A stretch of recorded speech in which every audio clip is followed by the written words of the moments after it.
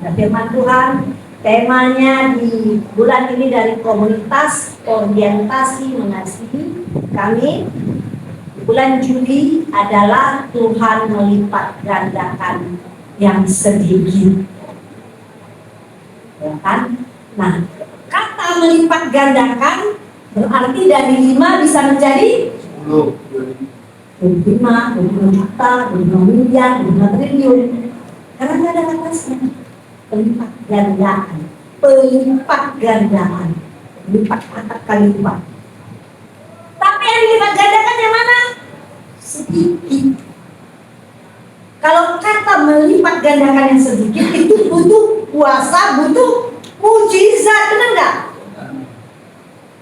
Kalau melipat gandakan uang kita, misalnya dari 5 juta jadi 25 juta, itu pakai rentenir, kan? Bunga besar 30%.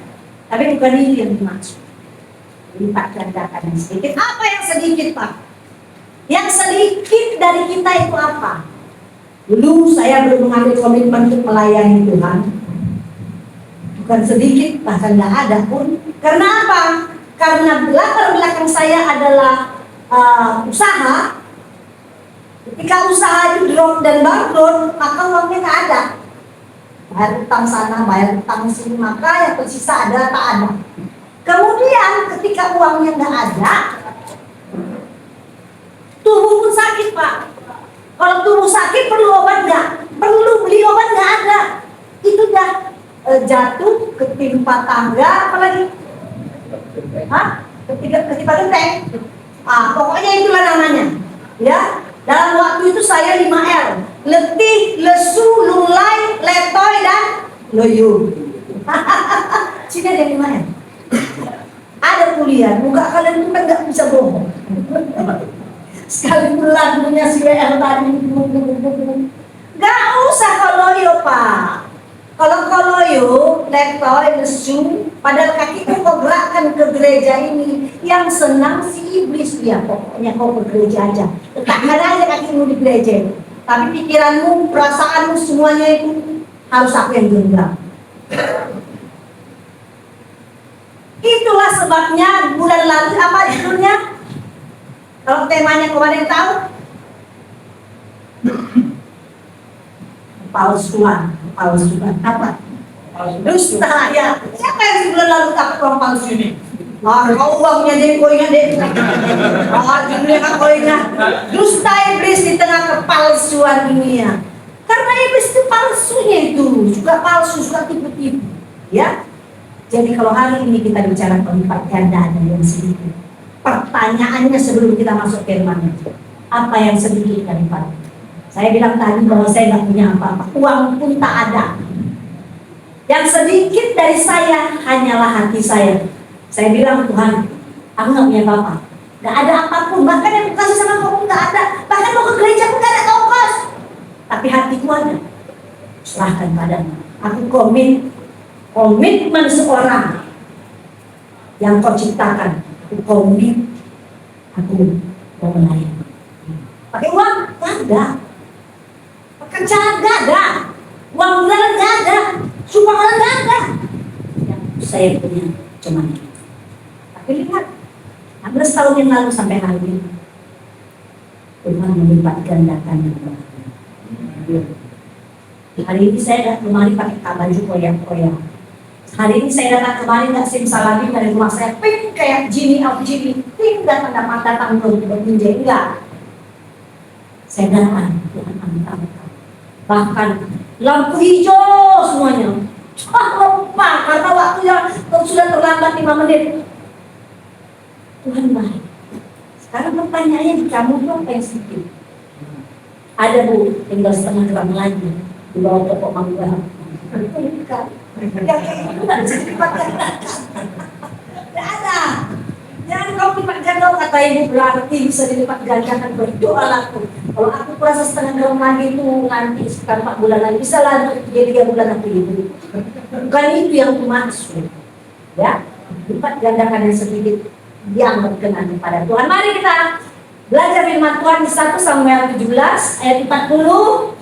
sampai 50. Kalau apapun yang gak ada sama kau lagi, apapun gak ada, minimal kau punya senyumlah sedikit. Selengkali dari mukamu. Senyummu kau peliknya minta ampun. Ini kita mendengar firman Tuhan. Buat wajahmu percaya sehingga iblis itu kabur. Ya, jangan tahu orang kita gak punya uang. Tahu kan kalau orang dengan gak punya uang, enggaknya mungkin 8, 10. Jadi kalau kita tetap ceria, orang nggak tahu padahal di muka kita kan gaya nanti apa benar dan kemudian uang. Belum tentu ada, ya kan? Tapi kita ini ciptaan Tuhan. Terus kalau ada uang, keren kok punya uang itu tuh pakai tanco. Tiba-tiba nggak ada uang, gigimu kalau kunci. Nampak kali kalau nggak punya uang, nggak usah biasa aja. Ingatlah kita ini ciptaan yang luar biasa itu di atas. Jadi nggak usah kau takut-takut mukamu itu ketawa si iblis. Iya begitu, betul itu betul. Nggak usah kau dengar, duduk aja kau di situ. Tak ada itu yang bisa di sini. Tengoklah, kau benar lagi dengar kabar. Istrimu dari di panto ayam. Menentukan kau ya. Nggak usah kau pikirkan kalau nggak ada yang menghubungi kau atau menjumpai kau selama 8 bulan di sini. Nggak apa-apa, yang penting kau ada di gereja. Roh Kudus yang menjumpaimu. Amin. Ya, nggak usah menyedih. Apa namanya itu? Play victim kalau anak sekarang itu mengasihani diri kita sendiri.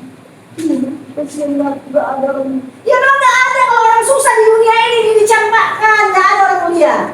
Coba kalau habis dari sini kau besok keluar, kumpul kau di kafe, kau telepon kawan kau 1000 datang. Datang kalian semua, aku bayar, gak ada uang barang. Datang semua. Coba kalau kau telepon kau, belum. Gak ada makan di bilang sendiri. Antar kali. Iya tuh ya akar-akar. Sampai apa namanya ayam bergigit 2 ke akhir datang orang. Ya, jadi di sini kau belajar siapa sebenarnya teman sejatimu, siapa orang yang mengasihimu, siapa istri yang mengasihimu, siapa anak yang mengasihimu. Di tempat inilah kau belajar. Ketika kau keluar dari sini udah kaya raya, hebat dan menjadi pengusaha besar, kau tahu siapa sesungguhnya yang menjadi. Amin. Ibu jangan kau usah kau kasihani dirimu di sini saja. Di sini kau tuh sela. Kalau kita dikatakan sela, berhenti, istirahat, diam. Makan dulu kau di sini. Tapi itu pun Tuhan nggak mau. Gimana harus bertumbuh? Ayo 1 Samuel 17 ayat 40 sampai 50. Saya baca ayat 40, kita bergantian. Ya. Ayat 40, 1 Samuel 17 ayat 40. Lalu Daud mengambil tongkatnya di tangannya, dipilihnya dari dasar sungai 5 batu yang licin dan ditaruhnya dalam kantung gembala yang dibawanya, yakni tempat batu-batu, sedang umbannya dipegangnya di tangannya. Demikianlah dia mendekati orang Filistin itu. Orang Filistin itu mengira akan mengambil Daud dan dibuatnya orang membawa saya. Ketika orang Filistin itu menunjukkan pandangnya ke arah Daud serta melihat dia, dihinanya Daud itu karena dia masih muda, merah-merahan dan elok parasnya. Orang Filistin itu berkata kepada Daud, "Anjingkah aku, maka engkau mendatangi aku dengan tongkat." Lalu demi orang Filistin itu membunuh Daud. Pula orang Filistin itu berkata kepada Daud, "Hadapilah aku, maka aku akan memberikan dagingmu kepada burung-burung udara dan kepada binatang-binatang di padang." Tetapi aku berkata kepada orang Filistin itu, "Engkau mendatangi aku dengan pedang dan tongkat dan giling, tetapi aku mendatangi engkau dengan nama Tuhan semesta alam, Allah segala bangsa Israel yang kau tantang itu." Hari ini juga Tuhan akan menyerahkan engkau ke dalam tanganku, dan aku akan mengalahkan engkau dan memenggal kepalamu dari tubuhmu. Hari ini juga aku akan memberikan mayatmu dan mayat tentara orang Filistin kepada burung-burung udara dan kepada binatang-binatang liar, supaya seluruh bumi tahu bahwa Israel mempunyai Allah. Dan supaya segera jemaah ini tahu bahwa Tuhan mengatakan bukan dengan pedang dan diri, sebab dalam Tuhanlah pertempuran dan Dia menyerahkan kamu ke dalam tangan kami. Ketika orang Filistin itu bergerak maju untuk menemui Daud, maka segeralah Daud berlari ke barisan musuh untuk menemui orang Filistin. Lalu Daud memasukkan tangannya dalam kantungnya, yang dialah sebuah batu dari dalamnya, diumbatnya maka telah dari orang Filistin itu, sehingga batu itu terbenar dalam dirinya, dan tertusuklah ia dengan kanan. Demikianlah Daud mengalahkan orang Filistin itu dengan umban dan batu. Dia mengalahkan orang Filistin itu dan membunuhnya tanpa pedang di tangan. Haleluya. Saudaraku yang dikasihi Tuhan, kisah ini yang di Alkitab ini adalah kisah cerita kenyataan pada saat itu orang Filistin, bangsa Filistin berperang melawan bangsa Israel. Ini bangsa Filistin ada dalam satu bukit, kemudian bangsa Israel di bukit yang lain. Jadi hadap-hadapan antara bukit sana dengan bukit sini. Dan di tengah-tengah mereka lembah. Nah, apa pula cerita si Goliat ini? Mari kita baca di ayat 10-nya. Coba ayat 10 yang mundur ke belakang. 10 dan 11. Ayo. Pula kata orang Filistin itu, aku menantang hari ini barisan Israel. Berikan kepadaku seorang supaya kami berperang seorang lawan seorang.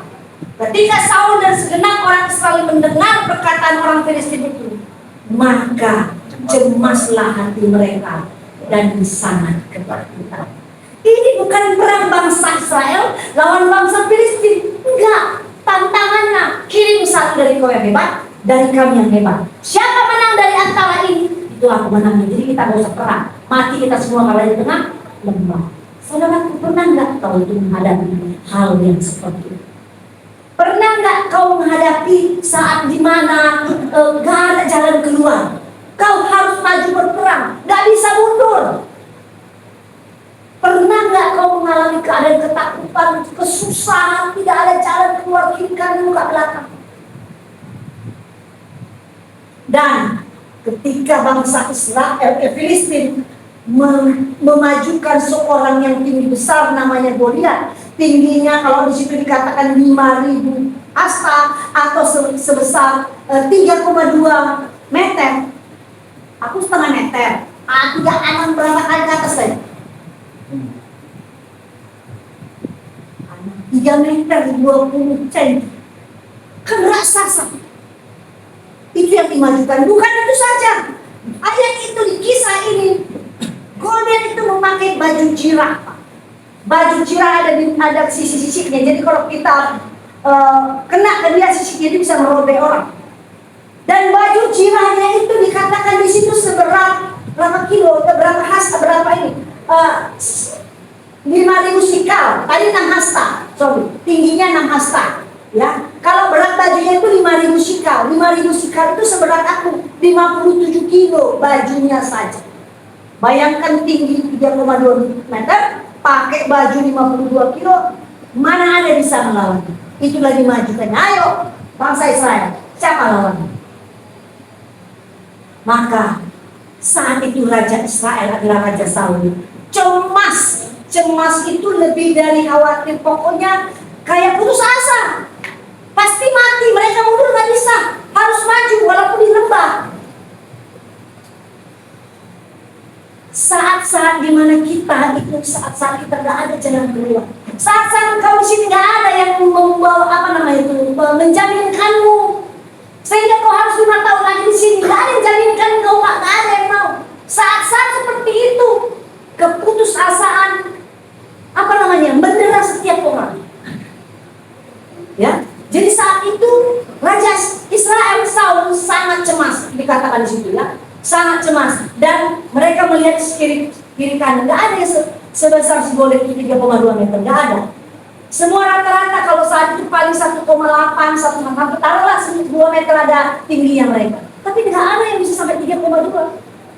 Makanya dikatakan di sini, anjingkah aku?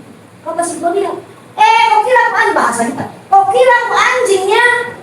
Kau datang menghadapi aku karena yang datang ditawarkan sama bangsa Israel yang maju adalah si Daud. Daud ini wajahnya kemerah-merahan, badannya tidak tinggi, kecil, tampan pula, seperti siapa? Seperti aku gitu. Tampan seperti kalian ini. Tampan lah bilang, karena ini dibotak-botak. Coba kalau keluar nanti pakai dasi, keren. Dia kan udah apalagi anak Tuhan, wajah bercahaya, keren. Di sini memang mengerikan kalau lagi belajar. Dia lagi belajar. Ngomong mulut pun kecil, biasa itu. Ya kan? Tapi kalau ketika kau bebas dari sini nanti, mukamu masih keren. Bahkan nanti dijumpai lagi. Aku ada. Masa? Kau ya? Ya bu, aku bu. Sekarang aku jadi juragan ayam, dasi, keren lah. Mobil pun Fortuner. Untung aja kau tegur aku, kalau aku nggak ingat. Ya kan? Karena wajahmu di luar juga terbaik. Nah, yang maju si Daud kecil, mukanya korak-korak, makanya dia hina. Kok kayaknya bu anjing? Nah, sini ya, Tuhan mau tunjukkan sama satu bangsa, namanya bangsa Israel, bangsa yang sangat mengalami banyak mujizat dari Bible, betul? Bangsa yang mengalami mujizat luar biasa, ya. Laut terbelah, jalan di tengah, itu yang dialami bangsa Israel. Makanan dari surga, mana ada, itu nggak pernah makan mana. Itu bangsa Israel. Burung puyuh dari mana-mana untuk mereka. Ini bangsa besar, baiknya Tuhan. Pertanyaan itu, adakah kebaikan Tuhan yang kau jumpai selama hidup? Amin. Kalau nggak ada saksi ini, amin. Gak ada kesaksian, gak ada sepanjang hidupmu kau mengalami kebaikan Tuhan. Waktu kau main judi tiba-tiba ditangkap, tiba-tiba polisi itu lupa, lihat muka kau selamat, gak tahu, itu kebaikan Tuhan. Dan kalau sekarang hidup lewat, kau boleh balik, yang kau makanya Tuhan bilang, kau ini diselamatkan, gak capek-capek, kau udah masuk belajar. Ya, jadi Tuhan mau tunjukkan sama bangsa Israel ini, sekalipun kau tidak punya apa-apa, yang kau punya cuma seorang daun kecil, penggembala domba, dan yang di tangannya apa? Tongkat dulu, tongkat itu untuk penggembala domba, itu tongkat gembala domba Pak, jadi kayu-kayunya, bukan besi. Kan dia penggembala domba, jadi ayo sana khusus gitu, tongkat domba. Kemudian dia punya ketapel Pak. Ketapel zaman kita namanya umban sih ya, umban. Dia punya senjata ketapel. Ada tongkat, ada ketapel. Kalau zaman dulu kita ada namanya ketapel anak-anak ya. Itu dia punya. Jadi ada apa namanya itu karetnya di belakang kan. Kalau ditarik bisa. Batu dia nggak punya Pak. Dia pergi ke sungai, dikasih pada sungai. Dia ambilnya batu licin dari sungai. Itulah yang ada di tangan. Lawan seorang yang 3,2 meter, berat baju 57 kilo, belum lagi tombak, belum lagi lembing. Kalau kita melihat yang begitu, belum perang kita udah kalah. Benar? Karena kita perang kita udah kalah Pak. Sama dengan waktu kau datang ke pengadilan, gak ada apa-apamu, keluargamu gak datang, pembelamu gak ada, jasamu gak ada uang untuk membayar semua. Tiba-tiba kau lawan di situ. Raksasa seperti Goliat. Belum pun maju kau di sidang, udah gemetar tangan kan? Udah gemetar. Tahu sampai sidang-sidang, udah tahu yang kalah. Kan gitu kan? Ya, bangsa Israel itu sudah begitu. Udahlah nggak usah maju sama si Goliat. Udah tahu dia kan kalah. Coba ada 3,2 meter, lawan 1,8 meter. Kecil mungil, itu tinggi besar. Pasti nggak usah perang udah kalah. Tapi lihat, Tuhan gak butuh hal yang besar. Tuhan gak perlu yang besar dari kita. Tuhan gak perlu yang banyak dari kita untuk membuat mujizat. Tuhan perlu hati kita yang percaya kepada yang besar. Siapa yang besar? Allah kita. Tuhan perlu hati kita yang percaya kepada Allah kita yang besar untuk terjadi pelipat ganda dalam hidup kita. Itu menjadi satu kemenangan. Daud yang kecil mungil, yang nggak dianggap sama orang-orang Filistin, itu yang dipilih. Tangan Daud cuma tongkat, ketapel, dan batu yang kecil. Batu sungai, batu kecil-kecil. Kemudian apa lagi? Penghinaan dunia terhadap yang sedikit. Penghinaan bangsa Filistin terhadap apa yang menjadi gacoannya si Israel. Cuma ini yang kau kirim sama kami. Satu lawan satu, yang besar lawan yang kecil. Penghinaan dunia itu biasa terjadi di kehidupan kita sehari-hari. Orang akan melihat faktor fisik. Gak ada apa-apanya. Oh, rumah kau pun 2 kali 3. Lu lagi. Jumpa lagi. Ukurannya kecil. Jumpa lagi kecil. Sementara orang yang sana melihat, udahlah kau hamba Tuhan, tapi rumah kau pun kecil. Orang melihat seperti itu. Itulah manusia. Penghinaan terhadap Daud ditelannya bulat ya. Karena apa? Goliat mengandalkan kehebatan. Goliat mengandalkan baju jirah yang besar, tinggi badan besar. Sedangkan di depannya adalah orang tak sebanyak yang. Tapi jangan lupa, ada faktor yang pengaruh. Di ayat 45 sampai 47 dikatakan, disinilah kunci pelipat gandaan, Pak. Aku mendatangi engkau dengan nama Tuhan semesta alam. Daud gak mengandalkan ketapelnya dan batunya. Sekalipun dia ahli berketapel, dia gak andalkan. Kita pun sering begitu, Pak. Ya, kita lupa mengandalkan Tuhan yang akan menolong kita melalui apa yang tangan kita sendiri. Daud bilang, dia mengandalkan Tuhan. Dengan dalam sini dibilangkan, aku mendatangi engkau dalam nama Tuhan semesta alam. Maka Tuhan semesta alam itu yang mengarahkan batu itu tepat di dahi si Goliat. Jadi si Goliat punya batu kecil yang mengarahkan batu itu ke Goliat. Bagaimana semua tertutup? Sehebat-hebatnya gak gampang juga dapat dahi. Jadi batu itu adalah di tangan si Goliat kecil, tapi yang mengarahkan batu adalah Allahnya. Dalam nama Tuhan semesta alam, aku mendatangi engkau. Karena dia tahu Allahnya luar biasa. Dari mana dia tahu Allahnya luar biasa? Punya pengalaman dia sama Allahnya luar biasa? Tahu? Punya nggak? Punya, dia kan penggembala. Punya, Pak, dia kan penggembala. Waktu ada baca, makanya baca Alkitab ya.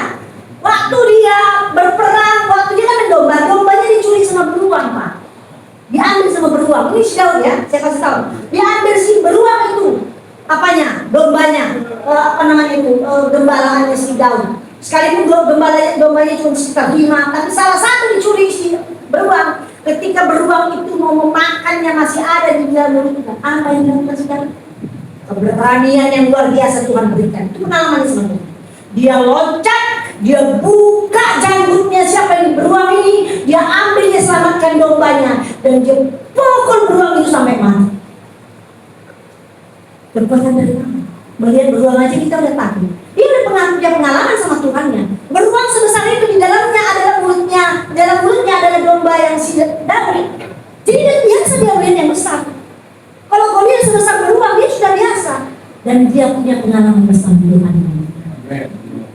Makanya tadi saya tanya, punya pengalaman apa kau sama Tuhan? Kebaikan apa yang Tuhan tunjukkan sama? Atau waktu kau mencari istrimu, kau berjuang lah. Tuhan, ini kan kayak kucing dalam karung, baik gak ya? Atau menjadi akal lagi? Apakah kau tanya Tuhan? Kalau kau tanya Tuhanmu, ternyata istrimu adalah istri yang baik, berarti bagus. Tapi kalau kau gak tanya Tuhanmu, kau dapat istrimu di kafe, ya, balik. Atau sama-sama jadi pengedar dan coba kita itu sekaya raya kita udah kita tahu situ dari kau dapat jodoh jalan. Ya tapi kalaupun hari itu kau menikah dengan orang yang salah tapi diberkati di gereja, bisa itu ubahkan. Karena apa? Kalau sudah dapat sumpah dipasuh-pasuh diberkati di gereja, itulah istri sumur itu. Cocok gak cocok, itulah. Pak cocok kali pun bosan kalau doakan Tuhan karena kau bilang perpisahan hanya ada kematian, ambil lagi. Jangan gitu ya. Suatu hati yang ibu ceritakan. Jadi adalah satu orang laki-laki. Orang laki-laki ini kita kenal loh.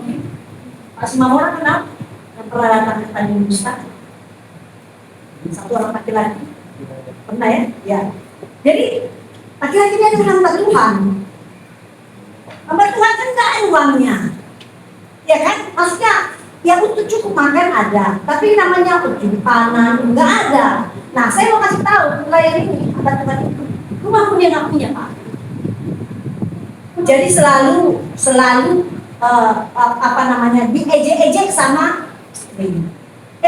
Kau bilangnya Bapak melayani kau perhamba Tuhan, uang kau nggak ada, padahal makan juga.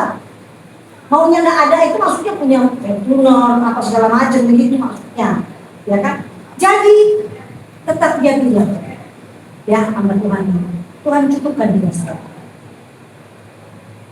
Dan istrinya ini rasanya udah pusing, punya laki yang siap seperti yang diharapkannya cari kondak tadi itu. Syukurnya dia tetap jalan benar. Kadang-kadang istri ini bisa jadi penongkrong, betul. Cari Pak, cari, mengejarlah kau. Makanya ini mah udah senang hati istri, padahal kau ada di sini 5 tahun gak ketemu dia. Yang penting hasil yang itu dia. Kenapa saya ceritakan ini? Dia nggak punya apa-apa laki-laki. Kemudian siang-siang setelah makan siang, duduk dia bagus, sekali tarikan nafas, pergi ke alam baka. Ada yang ditinggalkan apapun, cepatlah dibawa ke rumah sakit karena masih mungkin bisa ditolong. Sampai di rumah sakit ternyata masih diupayakan oleh dokter, ternyata nggak bisa lagi. Akhirnya karena nggak bisa lagi, maka harus membawa keluar dia, mayatnya harus bayar. Nggak ada uang nggak ada, mau tembak mati. Nah, karena kemurahan Tuhan, Bapak ini memang nggak banyak uang, tapi hatinya selalu baik. Tuhan menggerakkan banyak orang untuk menolong. Akhirnya keluar dari rumah sakit. Karena rumahnya tidak ada, maka harus diadakan dibuat di rumah buka bayar. Kemudian pemakaman. Semua itu urusannya uang. Hidup pun pakai uang. Malah hati pun kita harus ada uang. Bukan berarti kau harus tabung. Yang kau tabung adalah perbuatan baik. Ini saya ceritakan. Dia nggak punya uang, tapi semua itu selesai. Dan ketika selesai dikuburkan, pulang ke rumah, dibukalah semua apa-apa yang diberikan. Terkumpullah hampir 20 juta. Itulah uang yang diberikan kepada istri. Uang kematian suami yang mungkin suaminya tidak diharapkan, tapi ketika suaminya meninggal, uang itu dia pegang hampir 20 juta. Berapa yang dikasih Tuhan? Belajar dari sini. Kemiskinan dalam kehidupan itu selalu ada. Tapi bagaimana kita mengucap syukur dalam segala sesuatu? 10.000 kurang Pak, 10 juta pun kurang, 10 miliar kurang, 10 triliun pun kurang. Itu manusia. Tapi bagaimana kita ciptakan rumah itu dengan sukacita? Kalau ada cuma makan terus saja, toh juga hidup. Kenapa bisa kita mengucap syukur? Karena seisi rumah kita mengucap syukur kepada. Bayangkan Bapak ini gak punya apa-apa, tapi dihantarkan sampai ke pemakamannya secara terhormat dan masih meninggalkan uang kepada istri. Ini tadi kita cerita yang sedikit ini gak punya apa-apa, no. Dalam meditasi Tuhan. Tadi yang soal saya tadi bilang mendoakan suatu. Ya mungkin saja istrinya mendoakan lama kali pun ini check out. Dan setelah check out dia dapat pulang. Ya. Jadi kalaupun masa lalu kita dalam hidup kita, masa lalu kita adalah masa lalu yang gak bagus, tapi kalau kita datang sama Tuhan bisa pulihkan, Pak ya. Oke, faktor pengalihan tadi dikatakan bahwa ketika kita mengucap syukur Tuhan, terima kasih, ya, atau Tuhan kata si Daud, dalam nama Tuhan aku akan mendatangi. Apapun yang di tangan kita bilang, terima kasih Tuhan. Kalaupun sekarang ini cuma ada 50 ribu, Tuhan akan cukup. Ya. Hasilnya apa? Pelipat gandaan. Satu batu untuk kemenangan besar bagi bangsa Israel. Saudara yang dikasih Tuhan, bukan kemenangan bagi Daud, tapi bagi bangsa Israel. Apa yang kita pelajari dari hasil? Yang pertama adalah Tuhan tidak menunggu kita punya kuasa, punya uang, punya segala macamnya. Kita orang yang jadi luar biasa. Enggak, Tuhan tidak menunggu. Tuhan menunggu kita mempercayai Dia sebagai Dia yang kita sembah. Apapun yang kecil dari pada kita, Tuhan bisa lipat ganda. Kemudian apapun yang kecil itu, yang kenapa Tuhan mau pakai? Karena supaya kita berhasil ketika kita mendapatkan sesuatu yang besar. Ketika mujizat kau dapatkan, kau nggak bilang ini kan karena saya, karena saya punya koneksi, karena oknum saya, karena ini saya. Tuhan mau katakan ini karena saya. Makanya ketika Daud melemparkan batu itu sampai ke dahinya si Goliat, si Goliat nggak bilang jagonya aku, dia tahu karena dari Tuhan. Amin. Amin. Kesimpulannya, firman hari ini saudara, harus kau yakini bahwa jangan menghitung yang sedikit daripadamu, jangan menghitung yang terbatas yang engkau, tapi hitunglah kebesaran Tuhan, kedahsyatan Tuhan yang bisa melipat gandakan apa yang sedikit daripadamu. Kalau hari ini kau cuma punya suara, berikan yang terbaik. Kalau hari ini kau punya apa yang kau punya, itu berikan yang terbaik. Maka engkau akan melihat apa yang Tuhan lipat gandakan daripada kehidupan. Lihat bagaimana yang kecil Tuhan bisa lakukan yang besar. Lihat batu yang kecil itu, apa batu bijimu, batu apa yang padamu ada. Apakah doamu yang sederhana? Apakah kejujuranmu yang ada? Dan apakah apa bakatmu yang ada? Serahkan di dalam tangan Tuhan. Maka ketika kau serahkan dalam tangan Tuhan di tempat seperti ini, maka kau akan mengalami hal luar biasa bersama Tuhan. Ketika selesai kau belajar di tempat ini, engkau tidak akan sama lagi Pak. Hari ini sampai kapan pun tidak akan sama lagi. Dirimu yang dulu tidak sama lagi, karena kau tahu kau punya pengalaman bersama Tuhan. Sama seperti Daud punya pengalaman dengan beruang itu karena dia tahu Tuhan bersama dengan. Amin. Jangan ada putus asa, jangan ada marah-marah, jangan ada sumur-sumur. Tak sampai kapanpun kau harus di sini. Datang sama Tuhan. Bilang Tuhan, hari ini aku begini. Maka kau akan menjalani hari ini dengan sukacita. Di luar sana banyak juga masalah. Tapi kalau kita tidak bersama Tuhan, Pak, tidak ada sukacita, tidak ada kegembiraan, tidak ada semangat hidup. Amin. Kita berdoa. Kami mengucap syukur kepada Dia Allah yang Maha Kudus, Allah yang mengasihi kami dengan kasih yang luar biasa, Allah yang tidak memandang keberadaan kami, keterbatasan kami, apapun yang sedikit dari kami. Engkaulah yang Maha tahu Tuhan. Engkau melihat setiap kami, tidak ada yang tersembunyi bagimu. Terima kasih ya Tuhan untuk firman-Mu yang menguatkan kami. Kami mau taruh di tangan-Mu apapun yang sedikit dari kami. Bahkan ketika apapun tidak ada di dalam kami, yang ada adalah sedikit dari hati kami. Hati kami boleh percaya kepada-Mu. Engkau yang campur tangan dalam hidup kami Tuhan. Engkau Allah yang sanggup melipat gandakannya bagi kami. Hitungan manusia tidak sama dengan hitungan Tuhan. Kalau manusia mengatakan kami tidak punya jalan keluar, kami tidak punya harapan, kami tidak punya masa depan, tapi hitungan Tuhan berbeda. Ketika kami datang kepada-Mu, Tuhan akan menjadikan kami luar biasa. Bahkan orang tidak akan menyangka apa yang Tuhan akan lakukan sepanjang hidup kami ke depan. Karena rancangan Tuhan adalah rancangan ajaib, rancangan yang penuh dengan sukacita dan kebaikan atas kehidupan kami. Oleh karena itu Bapa, izinkanlah kami siang hari memberikan apa yang ada pada kami melalui doa ini. Saudara kami kasih Tuhan, jika Engkau mau memberikan apa yang ada padamu yang sedikit, bahkan jika cuma hatimu yang mau Kau berikan, letakkan tanganmu di dadamu saudara, dan kita akan minta kepada Tuhan. Tuhan Yesus, terima kasih Tuhan untuk firman-Mu tentang pelipat gandaan. Hidup kami sangat terbatas, sangat sedikit. Bahkan tidak ada apapun yang tertinggal pada kami selain hati kami saat ini. Maka siang hari ini kami serahkan itu dalam tangan pengasihan, dalam tangan-Mu Tuhan. Engkau akan melipat gandakan dengan cara yang ajaib, membuat kami terheran-heran Tuhan.